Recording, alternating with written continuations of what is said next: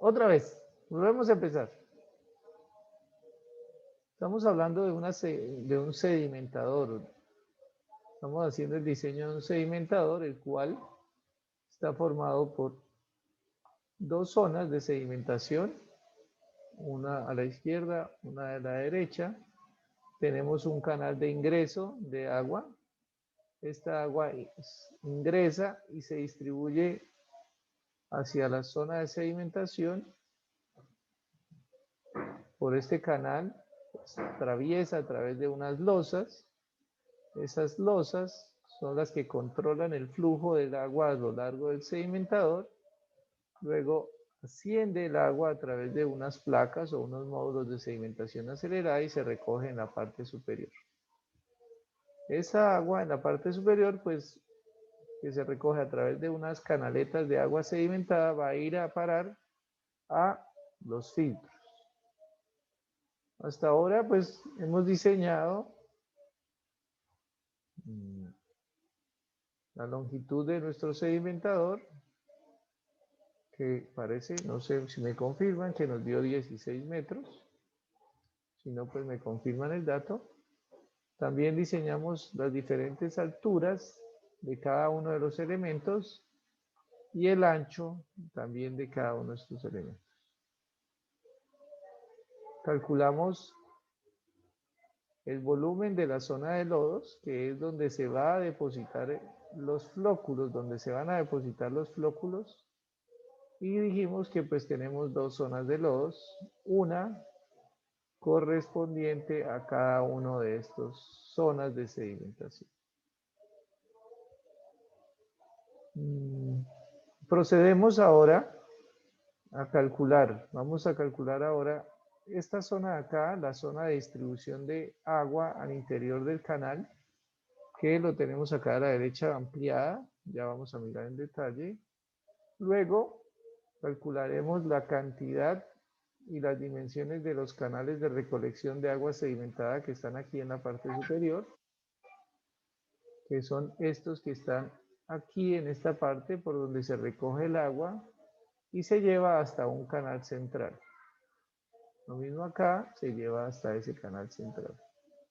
Adicionalmente vamos a calcular todas estas tuberías de recolección de lodos, que son las que están acá en este sector, que nos van a retirar el lodo que se acumula en este sector, que son flóculos, se van a retirar por un canal que se conoce como un canal de purga. Por acá van a salir esos lodos.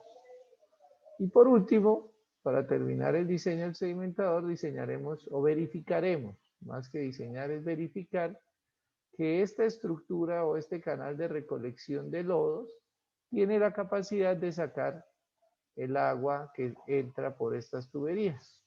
Lo vamos a verificar hidráulicamente y determinaremos hasta qué altura de lámina de agua va a trabajar ese canal en el momento en que se empiece a hacer la purga de agua. Entonces, pues, me confirman, muchachos, si estas medidas son las que tenemos para esta clase: los 6 metros de ancho, los 16 metros de largo del sedimentador, que creo que no era todo lo que habíamos hecho hasta el momento. ¿Correcto o no es correcto? ¿Qué opinan? Sí, señor. De largo había quedado en 19.7 metros. Ah, sí, aquí está, gracias. 19,7 y me imagino que el volumen de la tolva de los 137,9. Entonces, Sí, señor. vamos a corregir este valor que tenemos acá, que no es 16, sino es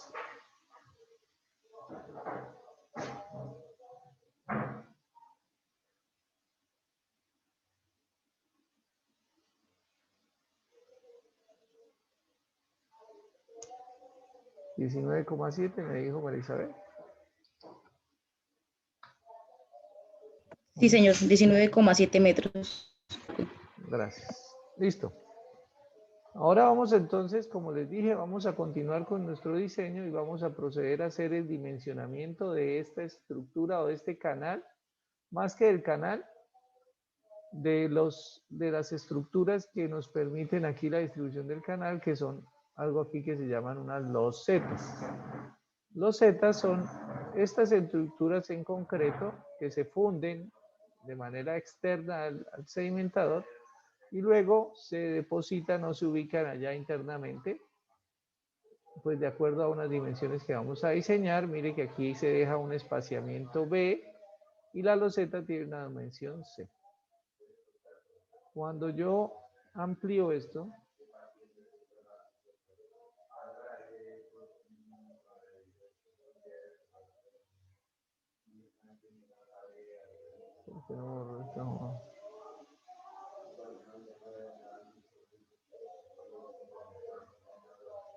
cuando yo amplío eso, aquí lo vemos, tenemos la ampliación de ese sector.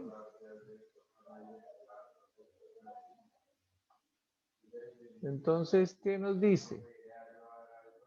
Nos dicen por acá que en ese sector, cuando el agua va a pasar a través de esos orificios que se forman acá, es por donde el agua pasa, del canal de agua floculada hacia el sedimentador. Entonces, un requerimiento hidráulico es que el gradiente sea menor a 15 segundos a la menos 1.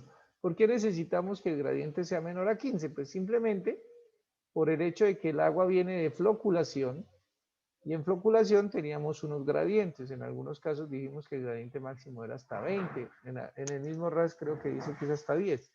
Entonces, nosotros no queremos que esos flóculos que se han formado allá en la etapa de floculación, pues se nos rompan.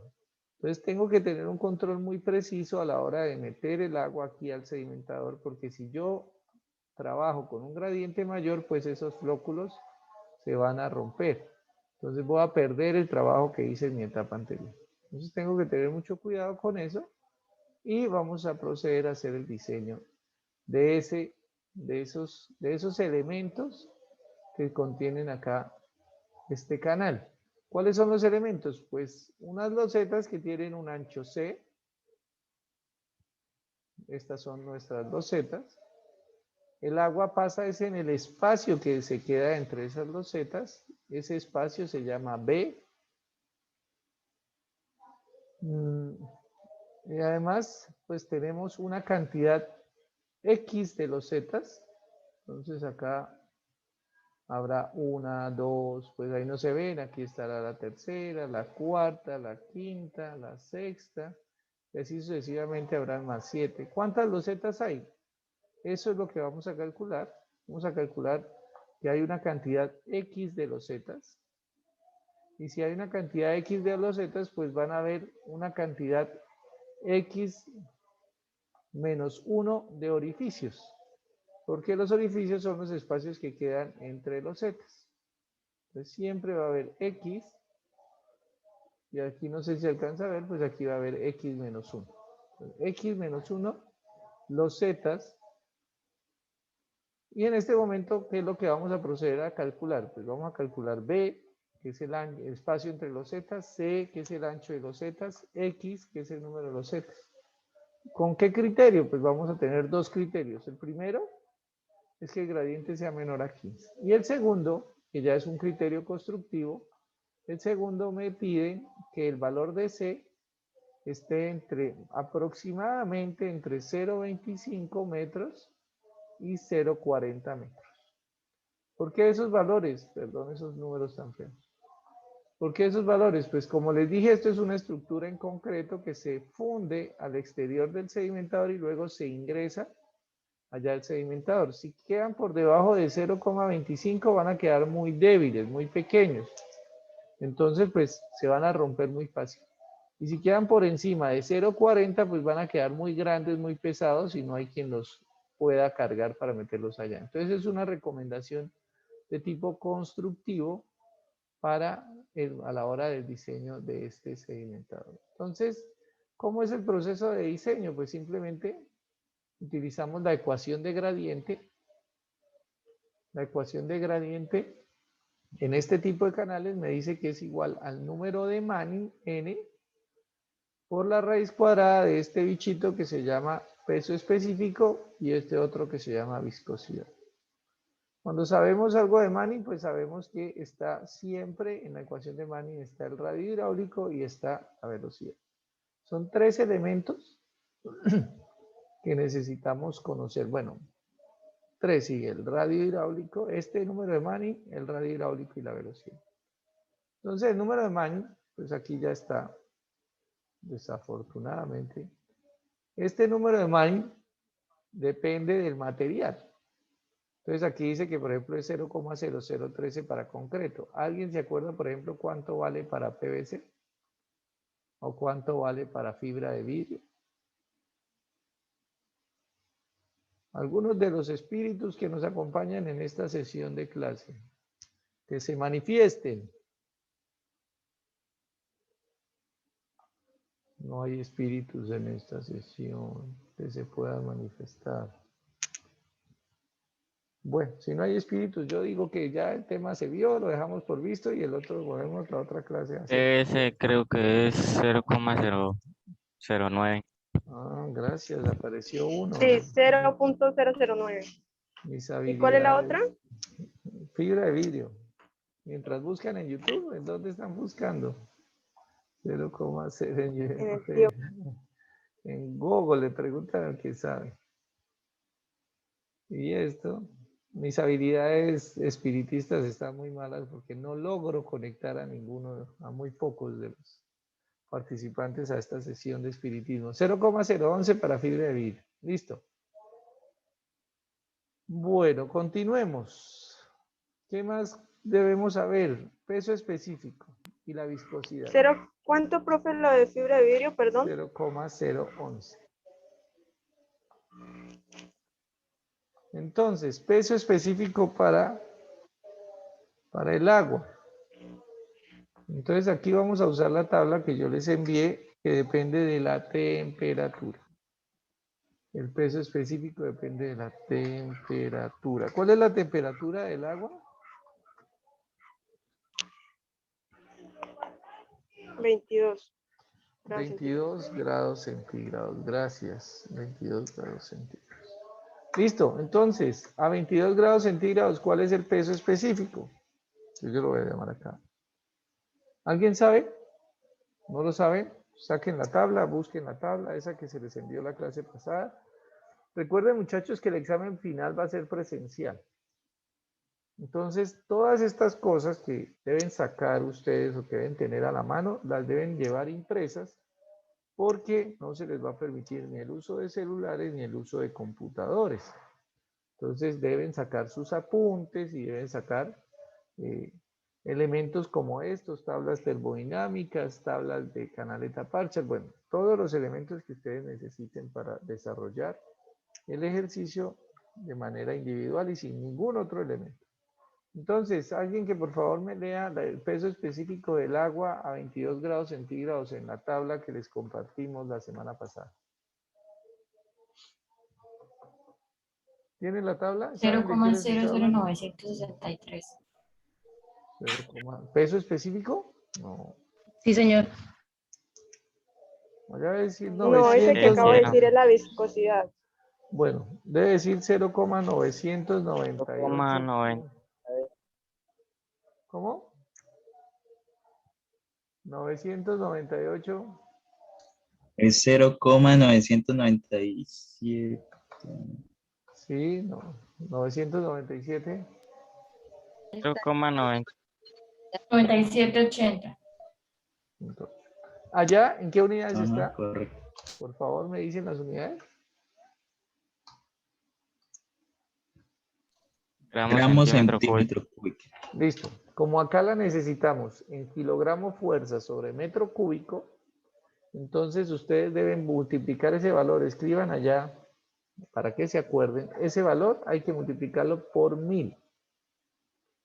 Entonces, 0,99780 por 1000 me da 997.80 kilogramos fuerza sobre metro cúbico. ¿Listo? Ahora la viscosidad. Esa viscosidad, la U así con la patica, ¿cuánto aparece allá, por favor? A 22 grados centígrados.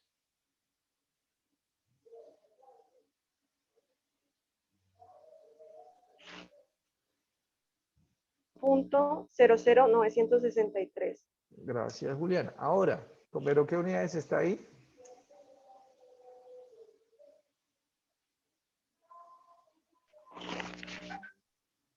Centímetros cuadrados por segundo. Listo. Entonces, para convertirlo en kilogramo fuerza sobre metro segundo, lo vamos a dividir en 98. Y, también se multiplica por 1000. Dividirlo entre 98, Humberto. Se Ok. divide en 98. ¿Y eso cuánto da?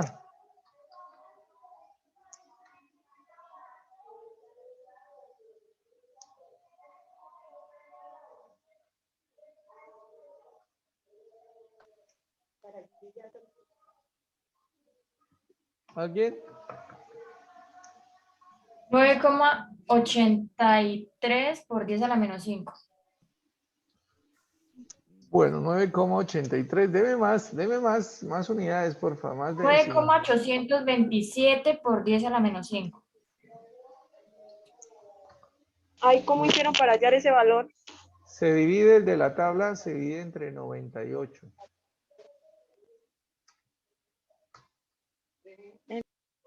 El de la tabla ese que está ahí atrás, 1.029. El de la tabla donde está la viscosidad. ¿Lo encuentran o no lo encuentran? ¿Tienen la tabla?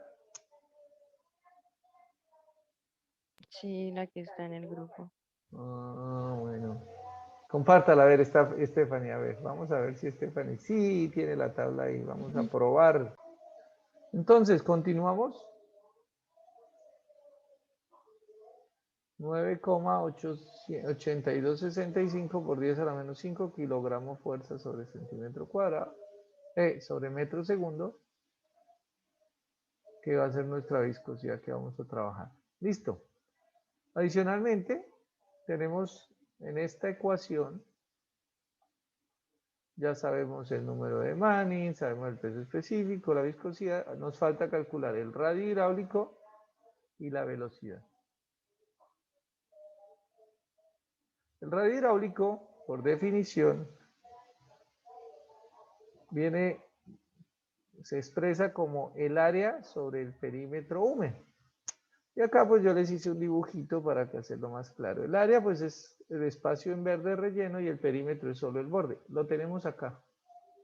Esta es como el área que necesitamos determinar por donde va a pasar el agua. Y el perímetro pues es el borde únicamente por donde va a pasar el agua. ¿Cuánto da esto? Pues el área, mire que este espacio tiene un valor de B, que es el espacio entre los zetas, y el largo tiene un valor de A'. Este valor de A' ya lo habíamos calculado, ya lo conocemos. ¿De dónde? Este A' es el ancho del canal central, porque estas dos zetas van en el canal central. Vamos a ir a mirar ese canal central. Este canal, recuerden que esas losetas están acá. Esta es la loseta. Y el agua pues va a atravesar en los espacios que deja esa loseta. Entonces va a pasar por ahí. Esta loseta o este canal tiene un ancho llamado acá A', que es el mismo ancho que había aquí arriba. Y el valor de A'